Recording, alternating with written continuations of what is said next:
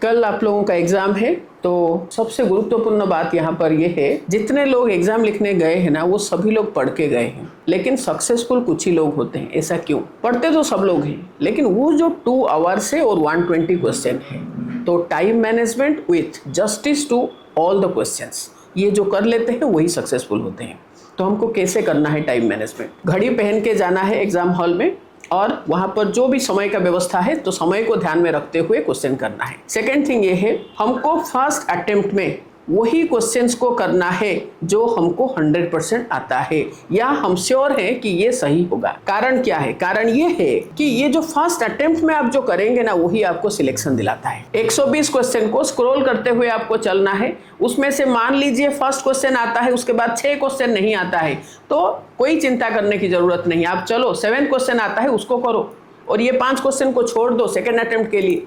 लेकिन first attempt में वही करना है जो आपको 100% आता है, या आप श्योर हो कि ये सही होगा। सेकेंड अटेम्प्ट में करना क्या है, और फर्स्ट अटेम्प्ट में कितना समय लगेगा? कम से कम 1 घंटा लगता है, क्योंकि यही आपको सिलेक्शन दिलाएगा।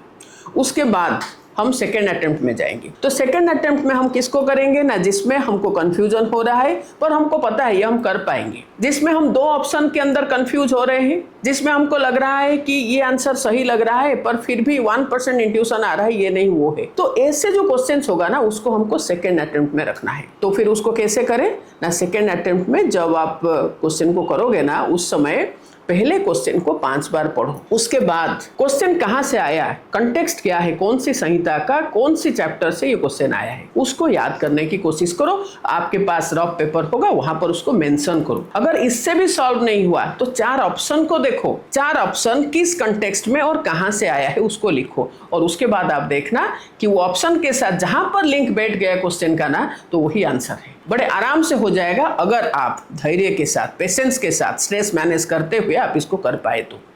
और थर्ड अटेम्प्ट में हमको उसी को करना है जो एकदम असाध्य है, जो क्वेश्चन भी नहीं पता, क्वेश्चन कभी नहीं सुने हैं और ऑप्शन भी नहीं सुने हैं, एकदम हमको लगता है कि ये न्यू है, तो उस क्वेश्चन को हमको करना नहीं है। 120 क्वेश्चन में से अगर हम सिलेक्शन हमको चाहिए, कम से कम हमको 105, 110 तक तो ले लेना है, अगर क्वेश्चन मॉडरेट टू डिफिकल्ट है। अगर इजी है तो हमको मैक्सिमम 120 से 120 करके आना है, और अगर डिफिकल्ट है तो वहां पर फिर सोचना पड़ेगा कि 105, 110 मुझे करना है, अगर बहुत डिफिकल्ट है क्वेश्चन। अदरवाइज मैक्सिमम करने की कोशिश कीजिएगा। लेकिन फिर से एक बात कह रही हूं, स्ट्रेस मैनेज करना बहुत जरूरी है। अगर स्ट्रेस मैनेज नहीं किए, बहुत अच्छे अच्छे रथियों को हमने अपने एक्सपीरियंस से बोल रही हूं, बहुत अच्छे अच्छे रथी जो बहुत अच्छे पढ़ाई करने वाले, सिर्फ स्ट्रेस मैनेज ना करने की वजह से, रात को ना सोने की वजह से, खाना खा के ना जाने की वजह से इजी क्वेश्चन को गलत करके आते हैं। एक नहीं, 10-10, 12-12 इजी क्वेश्चन गलत करके आते हैं। अगर आप इजी क्वेश्चन, स्ट्रेट क्वेश्चन को गलत करते हो तो आपको, you don't deserve to be selected. फिर से मैं बता रही हूं आपको, सिलेक्शन लेना बहुत डिफिकल्ट नहीं है। अगर आप वहां पर टाइम मैनेज कर पाए और स्ट्रेस मैनेज कर पाए, ये 2 चीज करना है आपको, स्ट्रेस मैनेजमेंट, टाइम मैनेजमेंट, और घर से खा के निकलना है, रात को अच्छे से सोना है, तो then selection is yours. Wish you all the best, God bless you all.